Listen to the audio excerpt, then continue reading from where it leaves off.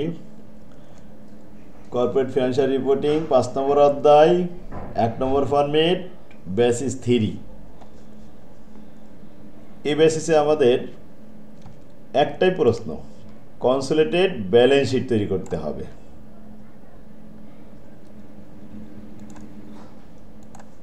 And consolidated balance sheet কীভাবে তৈরি করব?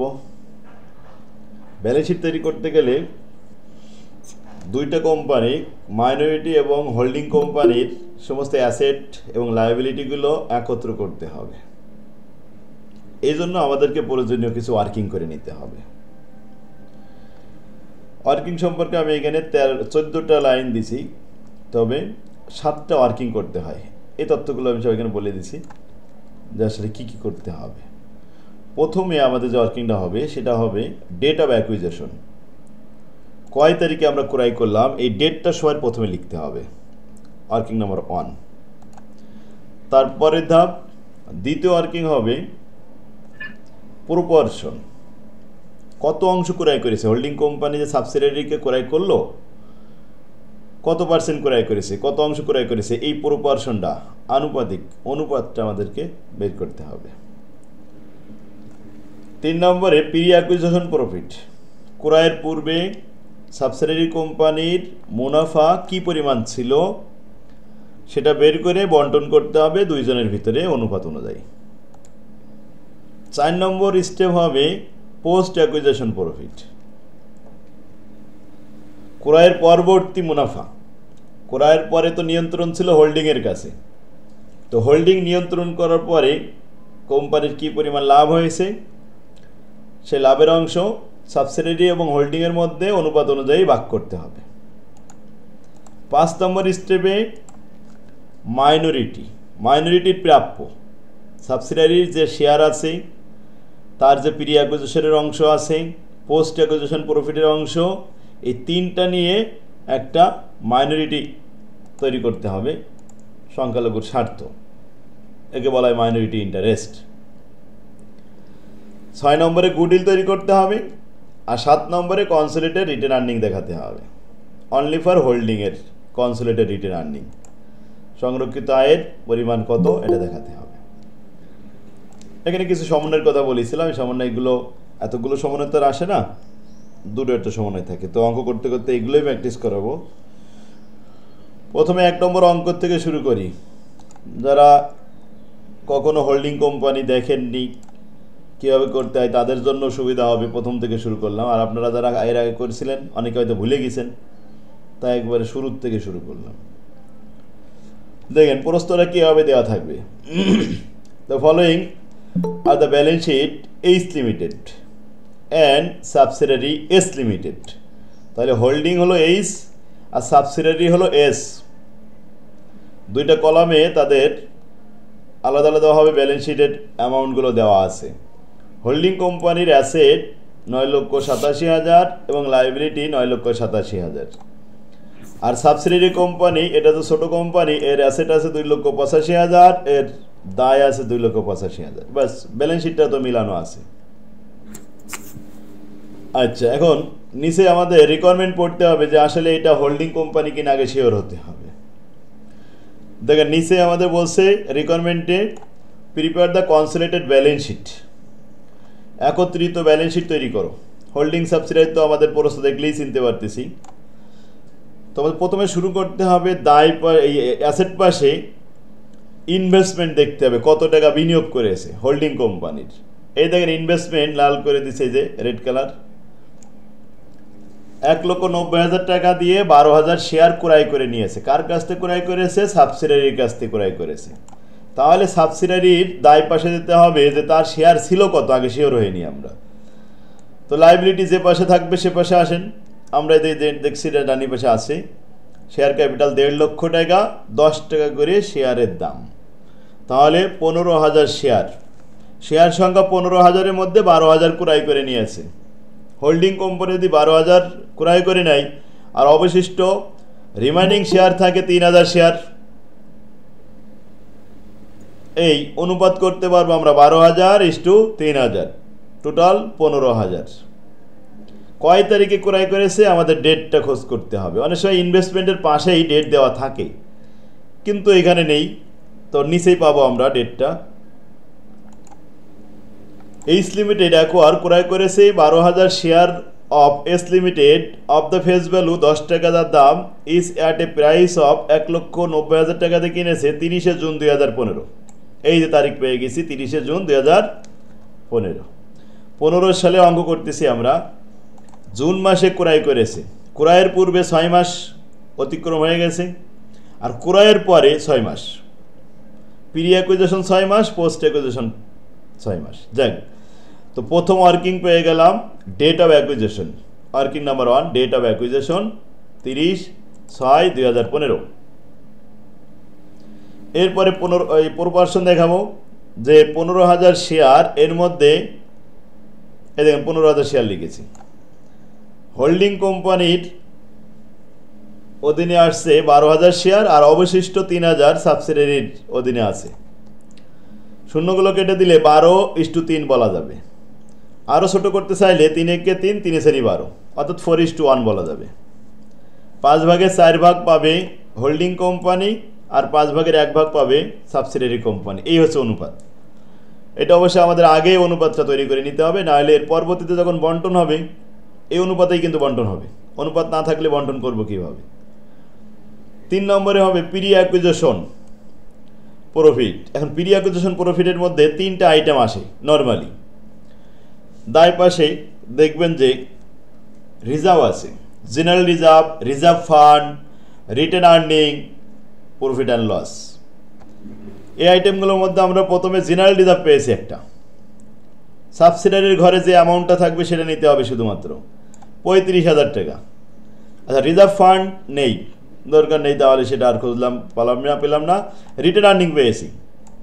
রিটেন আর্নিং বলছে ব্যালেন্স 1/1/2015।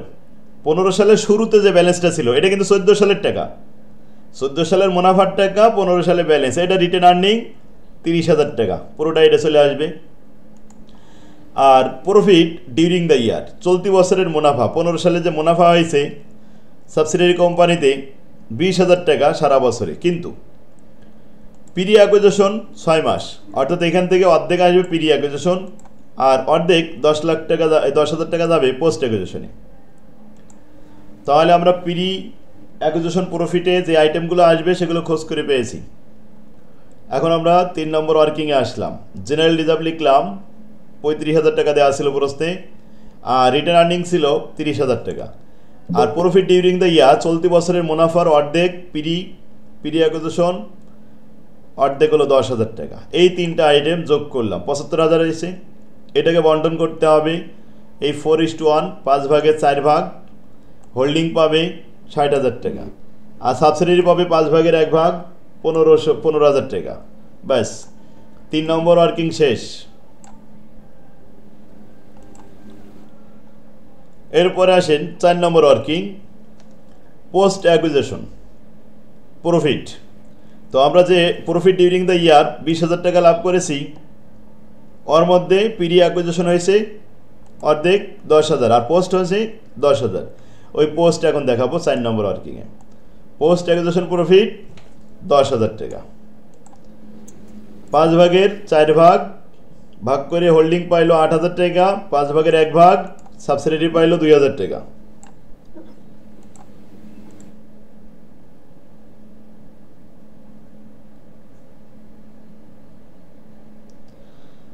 চার নম্বর সবাই বুঝতে পারছেন। এরপরে 5 নম্বরে আসতে হবে মাইনরিটি। মাইনরিটির আইটেম সর্বদাই আসে 2 নম্বর ওয়ার্কিং। এই শেয়ারের অংশ, সাবসিডিয়ারির 3,000 যে শেয়ার, প্রত্যেকটা 10 টাকা করে দাম, 30,000 টাকা মূলধন, এটা হলো মাইনরিটির অংশ। আর 3 নম্বর ওয়ার্কিং থেকে মাইনরিটির অংশ ভাগের ভাগ পাইছে কত? 5 ভাগের 1 ভাগ, 15,000 টাকা। আর 4 নম্বর ওয়ার্কিং মাইনরিটির অংশ 2,000 টাকা। প্রত্যেকটা অঙ্কে এটা খেয়াল করবেন। 2 নম্বর ওয়ার্কিং থেকে আসবে শেয়ার, 3 নম্বর থেকে আসবে প্রি অ্যাকুইজিশন প্রফিটের অংশ মাইনরিটির, আর 4 নম্বর থেকে আসবে পোস্ট অ্যাকুইজিশন প্রফিটের অংশ মাইনরিটির অংশ। এই 3টা একত্র করা, এটা হলো মাইনরিটি ইন্টারেস্ট। তো শেয়ার 3000 গুণ 10 30,000 টাকা, প্রি অ্যাকুইজিশন প্রফিটের অংশ 15,000 টাকা, পোস্ট অ্যাকুইজিশন প্রফিটের অংশ হয়েছে 2,000 টাকা, এই সব মিলে 47,000 টাকা। এটা হলো আমাদের মাইনরিটি ইন্টারেস্ট।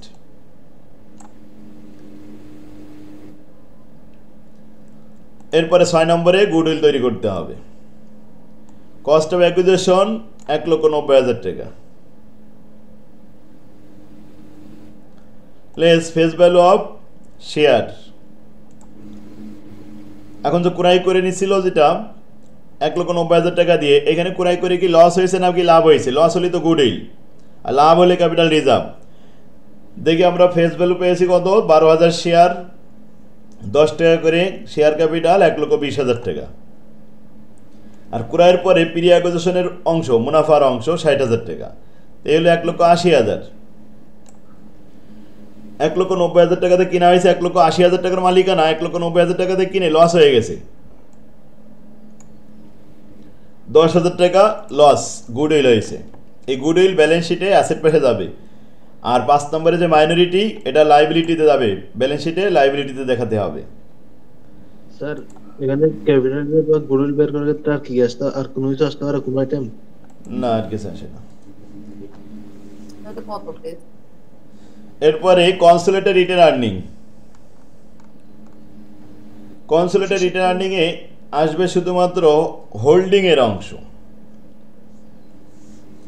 হোল্ডিং এর মুনাফা আছে রিটেন আর্নিং, এই ব্যালেন্স 50,000 আর চলতি বছরে 90,000, এই দুইটা, আর কোনো ব্যালেন্স নেই। এখান থেকে এবার ওয়ার্কিং নাম্বার 4 নম্বর ওয়ার্কিং থেকে পোস্ট অ্যাকুইজিশন ক্রয়ের পরবর্তী যে মুনাফা হয়েছে হোল্ডিংয়ের অংশ 8,000, ওইটা আসবে।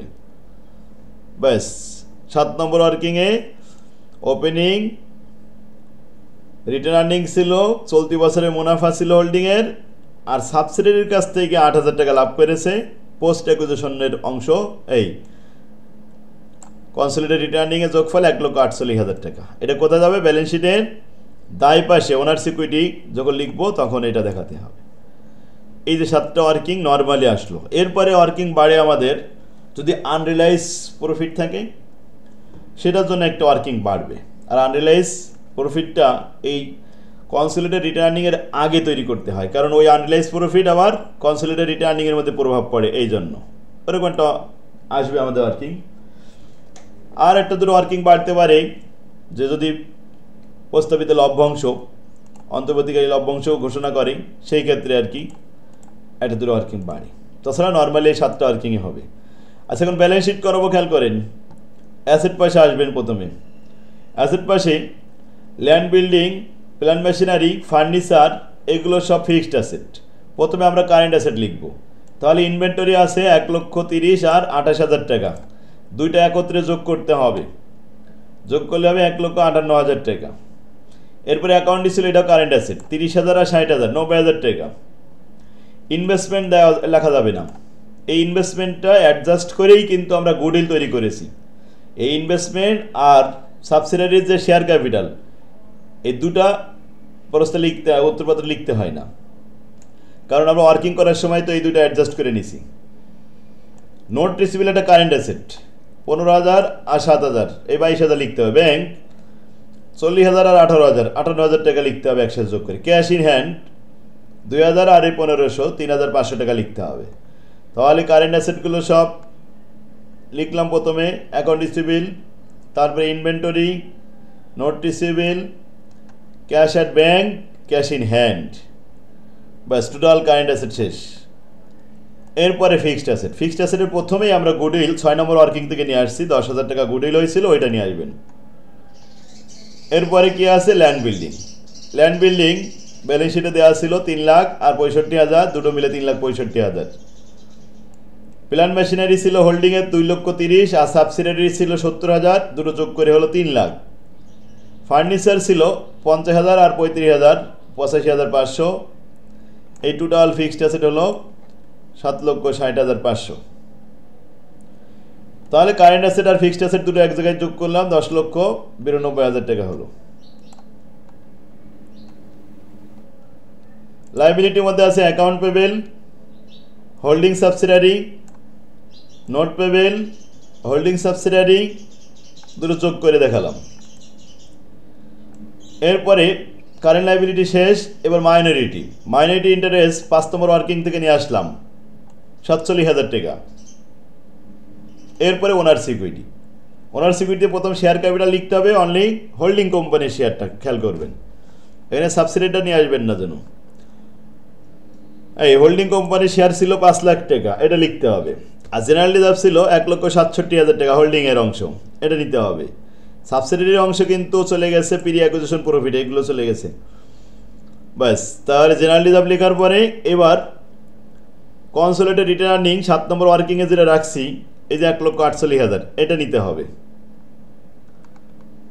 ব্যাস, তাহলে 5 লক্ষ আর 1,67,000 আর 1,48,000, এই যে মালিকানা আসলো 8,15,000 টাকা।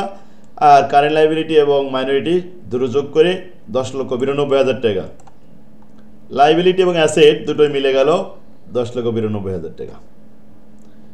এবার প্রশ্ন করেন, কারো কোনো সমস্যা আছে কিনা?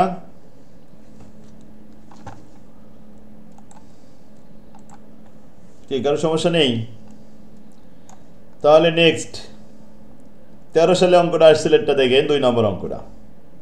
প্রথমে অ্যাসেট পাশে যাবেন, হোল্ডিং সাবসিডির মধ্যে দেখেন অ্যাসেটে ইনভেস্টমেন্ট লেখা রয়েছে 1500 শেয়ার ইন এস লিমিটেড 1,05,000 টাকা দিয়ে কিনেছে। আর তার আগে লেখা আছে 8% ডিবেঞ্চার ইন এস লিমিটেডের কাছ থেকে ডিবেঞ্চারও ক্রয় করেছে। তো ডিবেঞ্চারটা আমরা মিউচুয়াল সেট আপ করে দিব, আন্ত লেনদেন। এই 80,000 থেকে 40,000 বাদ দিয়ে দেবো, অ্যাসেট সাইডে 40,000 বাদ দিব, সেট আপ হয়ে যাবে, 0 হয়ে যাবে। আর লাইবিলিটি পাশে 80,000 থেকে 40,000 বাদ দিলে 40,000 থেকে যাবে দায়। এখন আমরা আসি, প্রথমে 1500 শেয়ার তো ক্রয় করলো, তাহলে দায় পাশে আসেন, শেয়ার ছিল কত সাবসিডিয়ারির? 100 টাকা দামের 2 লাখ টাকা, তার মানে ভাগ করলে হবে 2,000 শেয়ার। 2,000 শেয়ারের মধ্যে 1500 কিনে নিয়েছে হোল্ডিং কোম্পানি, আর 500 পড়ে আছে মাইনরিটির জন্য। কয় তারিখে ক্রয় করেছি নিচে বলা হচ্ছে, H limited acquire the share in S limited 1 July 2013 সাল। এই যে 1 জুলাই মাসের প্রথমে 6 মাস পার হয়ে গেছে, তো প্রি অ্যাকুইজিশন 6 মাস, পোস্ট অ্যাকুইজিশন 6 মাস। জাস্ট আমরা এখন ডেট পেয়ে গেলাম 1 জুলাই, এটা লিখলাম, ডেট অফ অ্যাকুইজিশন 1/7/2013।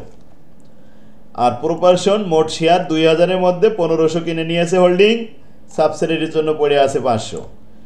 তো শূন্য কেটে দিলে 15 আর 5 দিয়ে কাটাকাটি করলে 5 একে 5, 3 5 15, অর্থাৎ 3:1। এখন এটাকে মানে 4 ভাগে 3 ভাগ পাবে হোল্ডিং, আর 1 ভাগ পাবে সাবসিডিয়ারি। যাক, এবার আসেন কম্পাউন্ড সেন্টেন্স, ওই যে 13 সাল পর্যন্ত পড়েছিলাম, তারপরে বসে অ্যান্ড অন দ্যাট ডেট, ওই একই তারিখে যখন ক্রয় করা হলো, সেই জুলাই মাসের 1 তারিখে the profit and loss account showed the debit balance.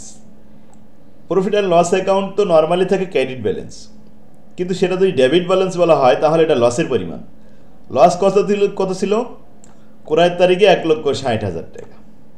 Debit ব্যালেন্সটা অ্যাসেট সাইডে থাকে, আর প্রফিট অ্যান্ড লস অ্যাসেট সাইডে দেখলাম সাবসিডিয়ারি কোম্পানির এখন আছে 31 ডিসেম্বরে 1 লাখ টাকা, আর যখন ক্রয় করেছিল তখন ছিল কত? 1,60,000। তাহলে 60,000 টাকা কমে গেল। লস কমা মানে প্রফিট বৃদ্ধি পেয়েছে, তাহলে ক্রয়ের পরবর্তী সময়ে 60,000 টাকা মুনাফা হয়েছে। পোস্ট অ্যাকুইজিশনে মুনাফা হয়েছে 60,000, আর প্রি অ্যাকুইজিশনে লস ছিল 1,60,000। এই অঙ্কটা ভেরি ভেরি ইম্পর্টেন্ট এই সমন্বয়ের জন্য। দেখেন, তাহলে আমরা 2টা ওয়ার্কিং বলে ফেললাম, ডেট অফ অ্যাকুইজিশন আর প্রপারশন। এরপরে প্রি অ্যাকুইজিশন যে প্রফিটটা তৈরি করব 3 নম্বর ওয়ার্কিংয়ে, যে তার আগে আমরা এই যে প্রফিটটা 60,000 বললাম মুখে মুখে, সেটা একটু দেখাবো বলে একটা ওয়ার্কিং বাড়বে। তো বাড়তি একটা ওয়ার্কিং লিখলাম যে কারেন্ট ইয়ার প্রফিট, চলতি বছরে আসলে লাভ কত হয়েছে দেখাই। যে শুরুতে আমাদের লস ছিল 1,60,000, শেষে লস আছে 1 লাখ, তার মানে লস রিকভারি হয়েছে, প্রফিট হয়েছে চলতি বছরে 60,000। এটা পোস্ট অ্যাকুইজিশন প্রফিট, ক্রয়ের পরের মুনাফা কিন্তু। এরপরে দেখি সেই 3 নম্বর ওয়ার্কিংটা এখন 4ই চলে গেছে প্রি অ্যাকুইজিশন। প্রি অ্যাকুইজিশনে আমরা দেখেছি লস পেয়েছি পূর্বে, ক্রয়ের পূর্বে ছিল 1,60,000, আর জেনারেল রিজার্ভ ফান্ড এগুলো আছে কিনা দায় পাশে দেখতে হবে।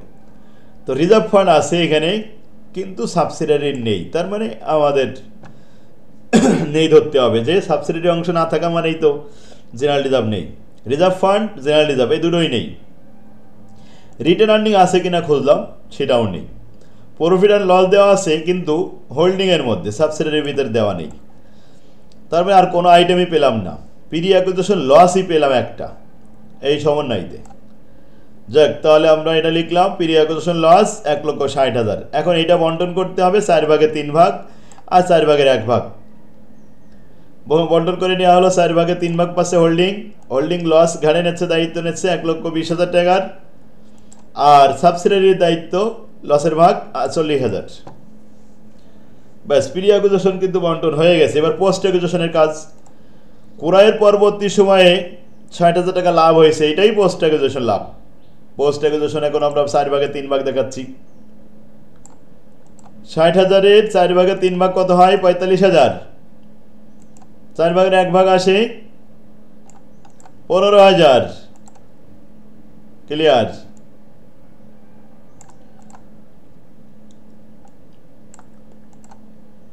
তাহলে আমাদের মাইনরিটি শেষ, এই পোস্ট অ্যাকুইজিশন শেষ হলো 5 নম্বর ওয়ার্কিং। এরপরে আসি মাইনরিটি। তো মাইনরিটিতে আসবে 3টা আইটেম। প্রথম আইটেম আসবে শেয়ার ক্যাপিটাল 500, এই 500 পিস 100 টাকা করে 50,000 টাকা শেয়ার ক্যাপিটাল, মাইনরিটির অংশ যেটা। আর প্রি অ্যাকুইজিশন লস আর পোস্ট অ্যাকুইজিশন লাভ। তো প্রি অ্যাকুইজিশনের যে লসটা প্রফিট হলে তো যোগ করি, এখন লস হয়েছে বলে আমরা বিয়োগ করে দিলাম। এরপরে পোস্ট অ্যাকুইজিশনের যে লাভের পরিমাণটা হয়েছে 15,000, এটা যোগ করলাম। এখন মাইনরিটির পরিমাণ আসছে 25,000, এটা ব্যালেন্স শিটে দায় পাশে যাবে, কারেন্ট লাইবিলিটির পরেই বসাতে হবে। তারপরে কি গুডউইল হয়েছে নাকি ক্যাপিটাল রিজার্ভ হয়েছে? কস্ট অফ অ্যাকুইজিশন ক্রয় করেছে 1,05,000 টাকা দিয়ে। কত শেয়ার? 1500 শেয়ার। দাম ক্যাপিটাল হচ্ছে 1,50,000 টাকার। 1,50,000 টাকার ক্যাপিটাল পাইলো, এর মধ্যে লসের দায়িত্ব নিল। লস ঘাড়ে নিচ্ছে কত? 4 ভাগে 3 ভাগ 1,20,000। তাহলে 1,50,000 থেকে 1,20,000 বাদ দিতে হবে। দিলে মালিকানা থাকলো মাত্র 30,000। 30,000 টাকার মালিকানা 1,05,000 টাকা দিয়ে কিনে লস হলো 75,000 টাকা। লস হলে গুডউইল। গুডউইল কোথায় যাবে? ব্যালেন্স শিটে অ্যাসেট পাশে, কারেন্ট অ্যাসেটের পরেই ফিক্সড অ্যাসেটের প্রথম আইটেম গুডউইল। ব্যাস, এবার আসেন সমন্বয় আরও কিছু ছিল সেগুলো একটু পড়ি। সিন্ডিকেটর্স, বিভিন্ন পাওনাদার অফ এস লিমিটেড। সাবসিডিয়ারির যে পাওনাদার আছে দায় পাশে ইনক্লুড, ওর মধ্যে অন্তর্ভুক্ত আছে 25,000 টাকা for goods supply by S limited. এটা মূলত আসলে হোল্ডিং কোম্পানি পাবে। সাবসিডিয়ারির যে পাওনাদার আছে তার মধ্যে 25,000 টাকা হোল্ডিং কোম্পানি পাবে। তো এখন তো ঘরে ঘরে লেনদেন হয়ে গেছে, আন্ত লেনদেন হয়ে গেছে না? তাহলে হোল্ডিং কোম্পানির অ্যাসেট অ্যাকাউন্ট রিসিভেবলে 25,000 টাকা বাদ যাবে, কারণ হোল্ডিং কোম্পানি তো পাবে এসের কাছে। তো এখন তো নিজেদের লোক হয়ে গেছে, এই জন্য অ্যাসেট থেকে বাদ যাবে 25,000 টাকা। ব্যালেন্স শিটে অ্যাকাউন্ট রিসিভেবল থেকে 25,000 টাকা বাদ দেবে, আর অ্যাকাউন্ট পেবেলে বাদ দিতে হবে 25,000 টাকা। দুই জায়গার থেকে মিউচুয়াল সেট আপ 25,000 টাকা শেষ। আরেকটা সেন্টেন্স বলছে অন হুইচ ওই 25,000-এর মধ্যে H limited made a profit of 25% on cost. কস্টের উপরে 25% মুনাফা ধার্য করে তারপরে কিন্তু মুনাফা লোড দিয়ে তাই পাঠাইছিল। এখন সেই মুনাফা রিয়েলাইজ হয়নি, আনরিয়েলাইজ রয়ে গেছে। কেন? যদি অবিকৃত থেকে যায় তাহলে আনরিয়েলাইজ, আর বিক্রি হলে কিন্তু রিয়েলাইজ হয়ে যাবে। তো সেটা পরের সেন্টেন্সে বলছে হাফ অফ দিস গুডস, ওই 25,000-এর অর্ধেক পণ্য were in stock of S limited on 31 December 2013 সাল। বছরের শেষে দেখা গেল অর্ধেক পণ্য এখনও গোডাউনে পড়ে রয়েছে অবিকৃত অবস্থায়। তার মানে যে মুনাফা লোড দিচ্ছিল তার অর্ধেক মুনাফা আনরিয়েলাইজ অবস্থায় আছে। এখন আনরিয়েলাইজের জন্য আমাদেরকে একটা ওয়ার্কিং করতে হবে। এই 2 নম্বর সমন্বয় পড়ে আমরা একটু ওয়ার্কিংটা দেখে আসি। সবাই একটু খেয়াল করেন, দেখেন ক্যালকুলেশন অফ আনরিয়েলাইজ প্রফিট। এখন আনরিয়েলাইজ প্রফিট কীভাবে বের করতে হয়? যদি বলতো প্রফিট 25% অন কস্ট বা অন সেল, দেখেন যদি বলতো অন সেল তা এটা তো সেল প্রাইস, ডাইরেক্ট গুণ করতে পারতাম, কিন্তু বলছে অন কস্ট, অ্যান্ড কস্ট হচ্ছে 100 আর প্রফিট হলো 25, দুটো যোগ করলে হবে সেল, তা সেল হচ্ছে 125। এখন এই যে 25,000 আছে এটাকে 125 দিয়ে ভাগ করতে হবে, আর 25 দিয়ে গুণ করলে প্রফিট পেয়ে যাব, আর সেটাকে হাফ করতে মানে 2 ভাগ করতে হবে। তাহলে লিখলাম 25,000 ভাগ 125 গুণ 25, যেটা বের হয়েছে 5,000 টাকা মুনাফা, সেটাকে আবার হাফ করেছি, অর্ধেক 2 ভাগ করেছি 2500 টাকা। এই যে আনরিয়ালাইজ প্রফিট পেয়ে গেছি 2500 টাকা। এর ব্যবহার কি?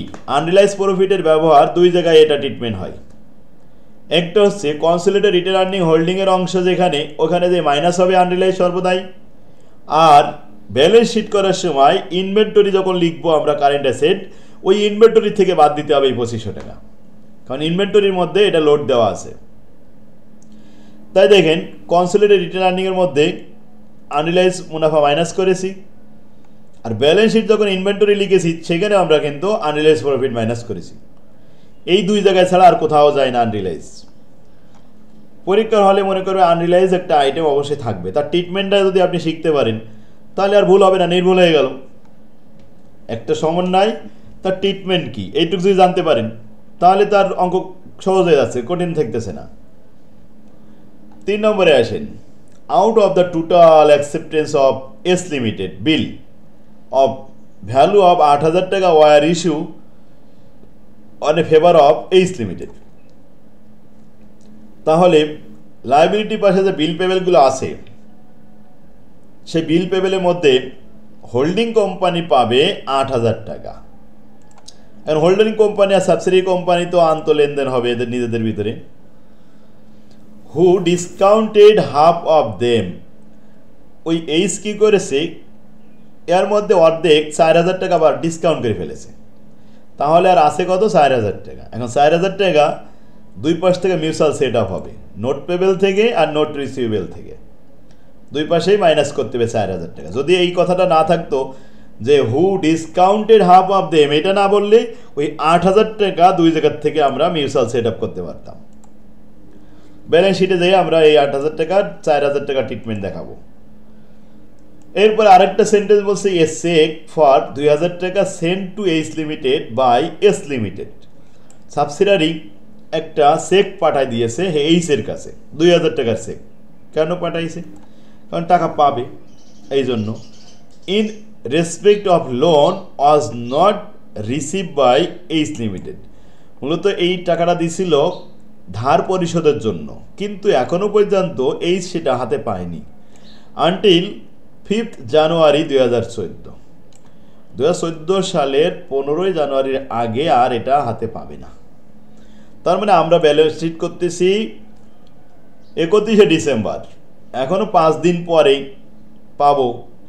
সে অন দ্য ওয়ে, এখনো প্রসেসিংয়ে আছে, on the way cash in transit হিসেবে দেখাই দেবো সেটা।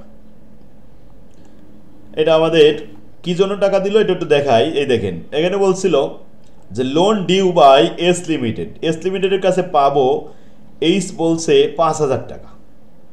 এখন এস এর কাছে যাই দেখি সে কি বলে, লোন ফ্রম এইচ লিমিটেড 3,000 টাকা। সাবসিডি বলতে আমি বলছে কি যে আমি নিছি, আমার কাছে পাবে হোল্ডিং 3,000 টাকা, হোল্ডিং বলছে যে না আমি পাবো 5,000 টাকা। এই যে গড়মিল, এটা দ্বন্দ্ব। তখন সে ব্যাখ্যা দিচ্ছে যে না আমি তো 2,000 টাকা পাঠাই দিছি, 5,000 টাকা আপনি পাবেন, কিন্তু আমি 2,000 টাকা দিয়ে দিয়েছি। কোথায় দিয়েছি? বলছে এই যে আমি একটা চেক পাঠাই দিছি, এখনো তো সেটা পাইনি, ও এই জন্য আর কি গড়মিলটা হয়েছে। এখন আমাদের করণীয় কি? করণীয় হচ্ছে প্রথমে এই 3,000 টাকা অ্যাসেট পাশে 5,000 থেকে মাইনাস করতে হবে, কারণ এটা আন্তঃলেনদেন মিউচুয়াল সেট আপ। মাইনাস করলে থাকবে 2,000 টাকা। ওই 2,000 টাকা পুনরায় আবার ক্যাশ ইন ট্রানজিট নামে মাইনাস করতে হবে, তাহলে অ্যাসেটটা ভ্যানিশ হয়ে যাবে। পরক্ষণে আরেকটা লাইন লিখতে হবে, এই ক্যাশটা তো এখনো আসেনি, আসবে, ক্যাশ ইন ট্রানজিট নামে ক্যাশের সাথে যোগ করতে হবে, ব্যাস অ্যাসেট সাইডে গেল। এবার লায়াবিলিটি সাইডে যখন যাবেন তখন এই 3,000 টাকা লিখে মিউচুয়াল সেট আপ, ওর নিচে আবার 3,000 টাকা লিখে মাইনাস করে দিয়ে ড্যাশ করে দিবেন, এটা জিরো করে দিবেন, নীল করে দিবেন, এইটুক কাজ, আর কোনো কাজ নেই। এখন আমরা আসি ওয়ার্কিং যেটা দেখাচ্ছিলাম, কনসোলিডেটটা বাকি ছিল একটু। এই কনসোলিডেট রিটার্নিংয়ের মধ্যে কী কী আইটেম যায় বলেছিলাম? হোল্ডিং কোম্পানির general profit and loss, retain earning, এগুলো আসবে।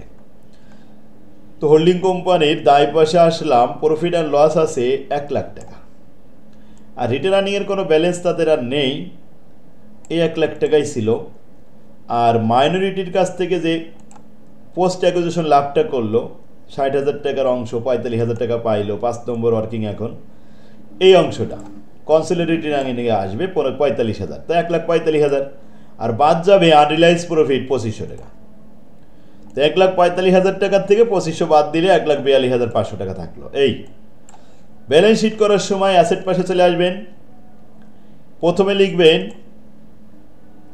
Current asset. তো আমি এখান থেকে পড়ছি, দেখেন প্ল্যান্ট মেশিনারি তো ফিক্সড অ্যাসেট, দুটো 4 লাখ আর 1 লাখ, 5 লাখ টাকা ফিক্সড অ্যাসেটে দেখাবো। স্টক এটা কারেন্ট অ্যাসেট, 60,000 আর 40,000, 1 লাখ, সেখান থেকে বাদ দিতে হবে 2500 টাকা আনরিয়ালাইজ প্রফিট, এই কারেন্ট অ্যাসেট একটা পেলাম। আচ্ছা, ডিবেঞ্চার, এটা তো মিউচুয়াল সেট আপ হবে, এটা একটু পরে দেখাচ্ছি। এরপরে আসেন কারেন্ট অ্যাসেট, ডেবিটর্স, এই দুটো যোগ করতে হবে। যোগ করে এই যে 25,000 টাকা বাদ দেওয়ার কথা দেনাদার থেকে আর পানাদার থেকে, মিউচুয়াল সেট আপ। এরপরে বিল রিসিভেবল, এই 4,000 টাকা, এখান থেকে আবার বাদ দিতে হবে মিউচুয়াল সেট আপ। ওই যে 3 নম্বর সমানাইতে বলেছিল যে এটা মূলত সাবসিডিয়ারি কোম্পানির কাছে পাবে হোল্ডিং কোম্পানি, এই জন্য আন্তঃলেনদেন বলে মিউচুয়াল সেট আপ জিরো হয়ে যাবে, এটাও কারেন্ট অ্যাসেট ছিল। ক্যাশ অ্যাট ব্যাংক, এটা কারেন্ট অ্যাসেট, আরেকটা বাদ হয়ে গেছে। অ্যাডভার্টিসমেন্ট ক্যারিড ওভার, মানে ফরওয়ার্ড করা হয়েছে, প্রিপেইড যাকে বলা হয়, অ্যাডভান্স দেওয়া হয়ে গেছে, এটা কারেন্ট অ্যাসেট, সরাসরি 10,000ই বসবে, আর কিছুই না ওর সাথে। বাস, ব্যাংক, ক্যাশ অ্যাট ব্যাংক, এটা যোগ করে নেওয়া 1,90,000 আর 53,000 টাকা। কারেন্ট অ্যাসেটগুলো একটু দেখে আসি, সবাই একটু খেয়াল করেন সকলে।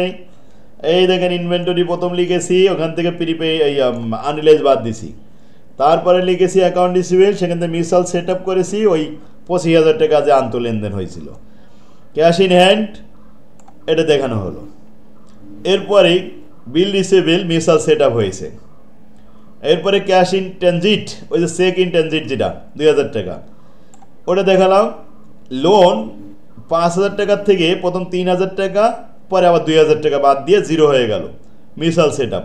এটা কিন্তু আমার মনে রাখতে হবে, ওই পাশেও লোন, দায় পাশেও মিউচুয়াল সেট আপ করবো 3,000 টাকা। আচ্ছা, অতিরিক্ত যে প্রিপেইড যেটা দিছিল খরচ বললাম 10,000 টাকা, ওইটাই। ডেবিটর্স, ইনভেস্টমেন্ট, আচ্ছা ডিভেন্সার ছিল 6% যে ডিভেন্সার ছিল, ওইটার কথা বলছে যে 40,000 টাকা, ওটা মিউচুয়াল সেট আপ, আন্তঃলেনদেন নিজেদের ভিতরে করে বেচা কেনা হয়েছে আর কি, এই জন্য জিরো হয়ে গেল। টোটাল কারেন্ট অ্যাসেট শেষ। এরপরে আসেন গুডউইল। গুডউইল আমরা পেয়েছি 75,000 টাকা ফিক্সড অ্যাসেটের মধ্যে, আর প্ল্যান্ট মেশিনারি দুটো যোগ করে 5 লাখ টাকা। এই তো কারেন্ট অ্যাসেট আর ফিক্সড অ্যাসেট 10,12,500 টাকা শেষ। লায়াবিলিটির মধ্যে অ্যাকাউন্ট পেবেল ছিল, দুইটা যোগ করে ওই যে 25,000 টাকা যে mutual set up, account receivable আর অ্যাকাউন্ট পেবেল থেকে বাদ যাচ্ছে। আর বিল পেবেল 4,000 টাকা যে মিউচুয়াল সেট আপ হলো, বিল পেবেল। এরপরে লোন, লোন যে 3,000 টাকা, ওই 3,000 টাকা মিউচুয়াল সেট আপ হয়ে গেল, এখন মিটে গেছে। এরপরে আসেন ডিবেঞ্চার 80,000 টাকার মধ্যে 40,000 টাকা মিউচুয়াল সেট আপ, এই যে 40,000 টাকা ডিবেঞ্চার যেটা, ওই ডিবেঞ্চারটা এখানে বাদ, তার আর থাকলো দায় 40,000 টাকা। বাস, okay. Next, owners equity. Share capital আছে হোল্ডিং কোম্পানির 5 লাখ টাকা, জেনারেল রিজার্ভ আছে হোল্ডিং কোম্পানির 2 লাখ টাকা। Consolidated retained earning last working যেটা 1,42,500 টাকা, এই যোগ করে 8,42,500, আর উপরের আইটেমগুলো যোগ করে মাইনরিটি সহ 10,12,500। তাহলে অ্যাসেট 10,12,500, লাইবিলিটি 10,12,500, মিলে গেছে। হোল্ডিং কোম্পানি অনেক ইজি অঙ্ক, কি পারবে সবাই?